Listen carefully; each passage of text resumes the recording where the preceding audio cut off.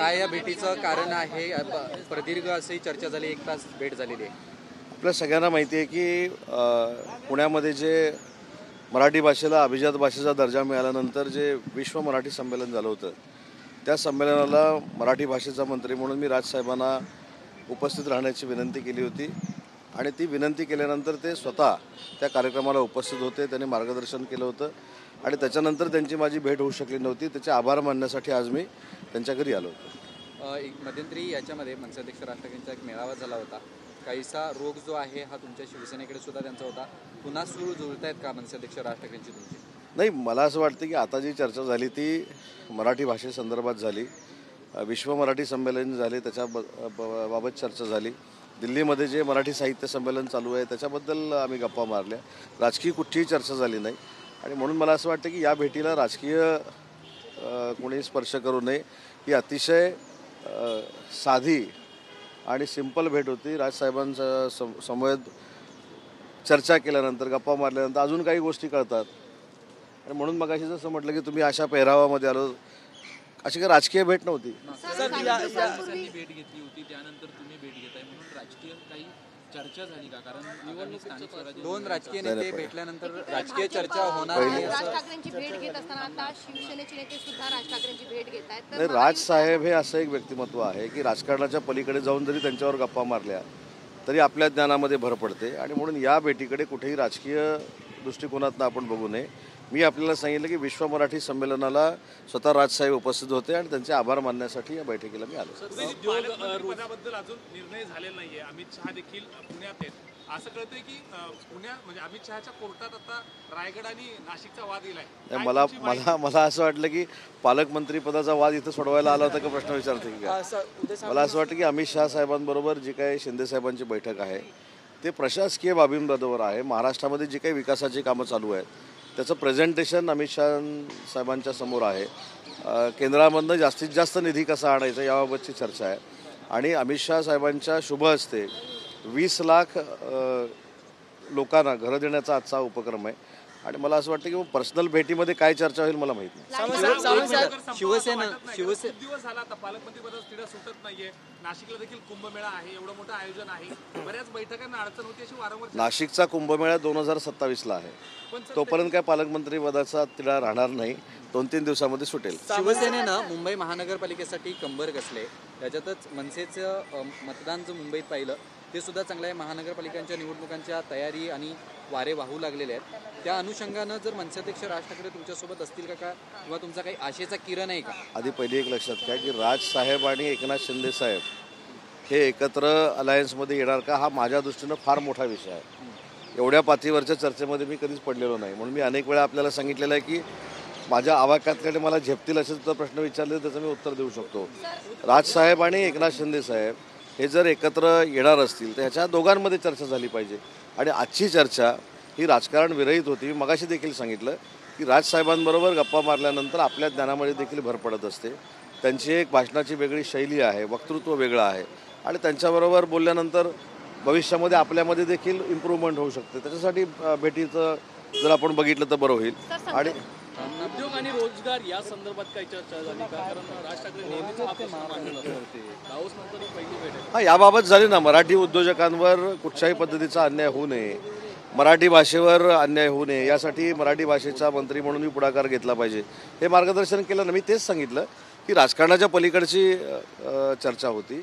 मराठी भाषेच्या संदर्भामध्ये काय केलं पाहिजे, साहित्यिकांच्या बाबतीमध्ये काय केलं पाहिजे, कलाकारांच्या बाबतीमध्ये काय केलं पाहिजे, ही मला असं वाटतं की विधायक गोष्टीवर चर्चा झाली आणि ती गप्पांरूपी होती. असं काय त्याच्यामध्ये राजकीय काहीच नव्हतं. गणेशोत्सवाचा निर्णय बंदी घातलेली आहे, पीओपीवरती बंदी घातली, त्याच्यामुळे मूर्तिकारांमध्ये नाराजी आहे. अधिवेशनावरती ते मोर्चा घेऊन येण्याच्या तयारीत आहेत कारण पीओपी बंदी. मला जी माहिती आहे त्याच्यामध्ये आशिष शेलारजींनी पुढाकार घेतलेला आहे सरकारमधून. ते मुख्यमंत्री महोदयांशी बोलत आहेत, दोन्ही उपमुख्यमंत्री महोदयांशी बोलत आहेत. त्याच्यातनं काहीतरी योग्य निर्णय होईल. पेन जिल्ह्यात खास करून वारंवार मागणी होते. एकंदरीत ज्यावेळेस काँग्रेसच्या एका आमदारांचं जेव्हा अशा पद्धतीने आरोप करण्यात आलं होतं तेव्हा अध्यक्षांनी तात्काळ राजीनामा घेतला होता, परंतु कोकाट्यांचा राजीनामा घेतला जात नाहीये, त्याच्यावरून प्रश्नचिन्ह उपस्थित केलं जातं विरोधात. कोकाटेंना कुठच्या बाबतीमध्ये कारवाई झालेली आहे, काय झालेली आहे हे माहिती असल्याशिवाय बोलणं योग्य नाही.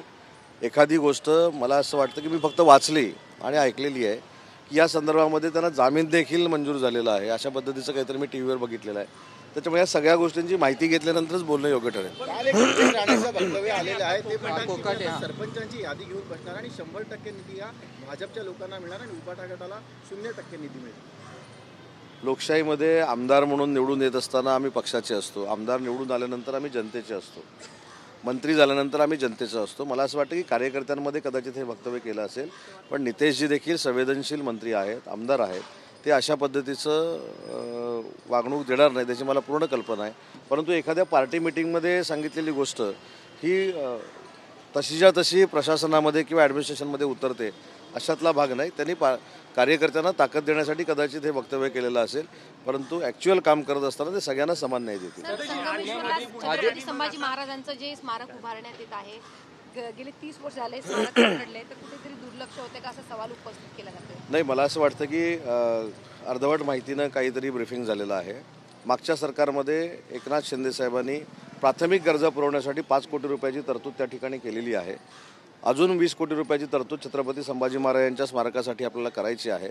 परंतु मला आपल्या माध्यमातून एक महत्त्वाची गोष्ट फक्त सांगितली पाहिजे. आपण सगळ्यांनी एकदा रत्नागिरीमध्ये यावं. या महाराष्ट्रातला सगळ्यात उंच छत्रपती संभाजी महाराजांचा पुतळा हा माझ्या मतदारसंघामध्ये आहे. त्याच्यामुळे छत्रपती संभाजी महाराजांबद्दल आदर हा प्रत्येकाला असला पाहिजे, तो आमच्या मनामध्ये आहे. आणि त्याच्या पुढे जाऊन मी सांगितलं आहे की छत्रपती शिवाजी महाराज असतील किंवा छत्रपती संभाजीराजे असतील, यांच्याबद्दल वाईट बोलण्याचा, वाईट ट्विट करण्याचा आणि सोशल मीडियाच्या आधारे बदनामी करण्याचा निर्णय घेतला. त्याच्यावर देशद्रोहाचे गुन्हे दाखल झाले पाहिजेत आणि त्यांना चांगल्या पद्धतीची अद्दल घडवली पाहिजे, हे माझं स्पष्ट मत आहे. सुरुवातीला धनंजय मुंडे, त्यानंतर कोकाटे यांच्यावरती ज्या पद्धतीने हे आरोप आहेत, कुठेतरी महायुतीमध्ये तुम्ही घटक पक्ष आहात, 2 शिवसेना आणि राष्ट्रवादी काँग्रेस, चक्रव्यूहात अडकते दिवसेंदिवस. मला असं वाटतं की धनंजय मुंडेंचा विषय वेगळा आहे, माणिकराव कोकाटेंचा विषय वेगळा आहे. संतोष भिसेच्या बाबतीमधले शिवसेना म्हणून शिंदेसाहेबांची आणि आमची भूमिका स्पष्ट आहे की कुठच्याही परिस्थितीमध्ये मारेकऱ्यांना कडक शिक्षा झाली पाहिजे, ते फाशावर चढले पाहिजे, ही आमची सगळ्यांची भूमिका आहे. आणि कोकाटेंच्या बाबतीमध्ये सांगितले की अभ्यास नसताना त्याच्यावर बोलणं हे योग्य ठरणार नाही. अनेक नेते शिवसेनेत पक्षप्रवेश करणार अशा चर्चा आहेत, पुण्यातून असेल, कोकणातून असेल. आणि आता रवींद्र दंगेकर जे माजी आमदार आहेत त्यांनी स्टेटस ठेवला आणि त्यांच्या उपरणं आहे. काय अर्थ समजायचा पुण्यामध्ये मिशन? मला असं वाटतं की रवींद्र दंगेकरांनी गळ्यामध्ये जर भगवं उपरणं ठेवलं असेल आणि त्याच्यावर भविष्यामध्ये जर धनुष्यबाण आलं तर आम्हाला सगळ्यांना आनंद आहे. तर उद्या भारत पाकिस्तान मॅच आहे, थोडा हलका फुलका प्रश्न, राजकीय बरेच सामने रंगत आहेत. कॅज्युअल प्रश्न. काय नेमकं मंत्री उदय सामंतचा प्लॅन काय उद्याचा? तुम्ही क्रिकेट रसिक आहात. सध्या आपल्या माध्यमातून राजकीय देखील भारत पाकिस्तानच सुरू आहे. सकाळी पाकिस्तानचा एखादा प्लेअर आमच्यावर टीका करतो, आम्ही त्याला उत्तर देतो. त्याच्यामुळे भारत पाकिस्तानमध्ये कुठच्याही परिस्थितीमध्ये भारत जिंकला पाहिजे ही आमच्या सगळ्यांच्या शुभेच्छा आहेत. आणि त्या पद्धतीनं इंडियाची टीम अतिशय चांगल्या पद्धतीचं प्रदर्शन करून जिंकेल याची खात्री आहे. आणि वेळ मिळाला तर मी नक्की ही मॅच बघेन. सर, आज सुरेश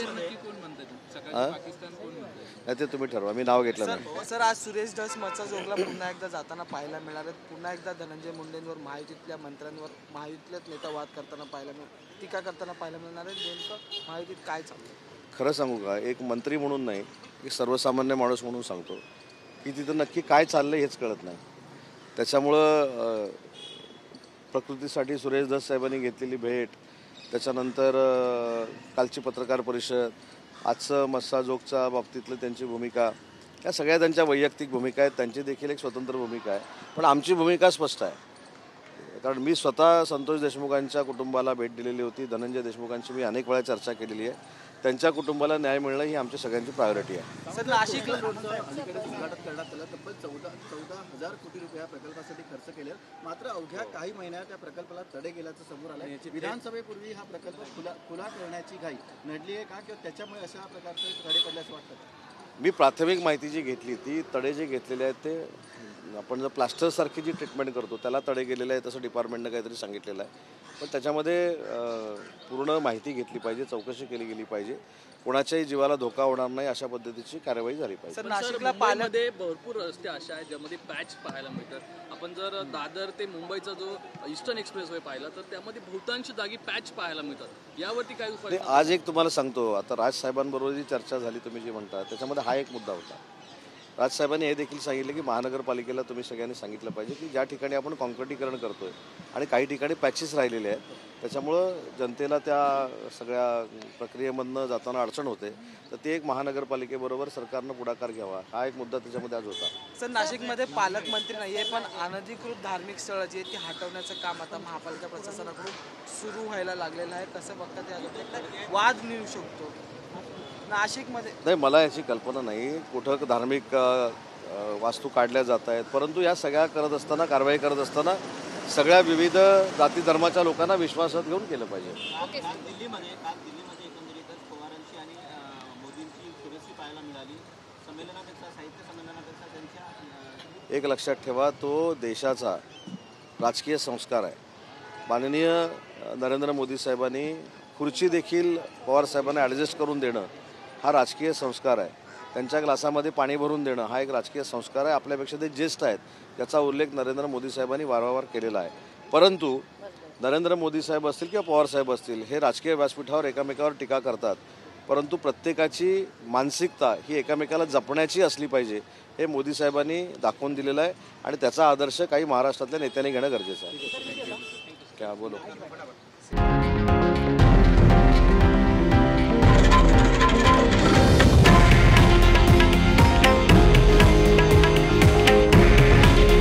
हे आहे देशातील नंबर 1 न्यूज नेटवर्क आणि आपण पाहत आहात TV9 मराठी. काळजी तुमची, हित महाराष्ट्राचं.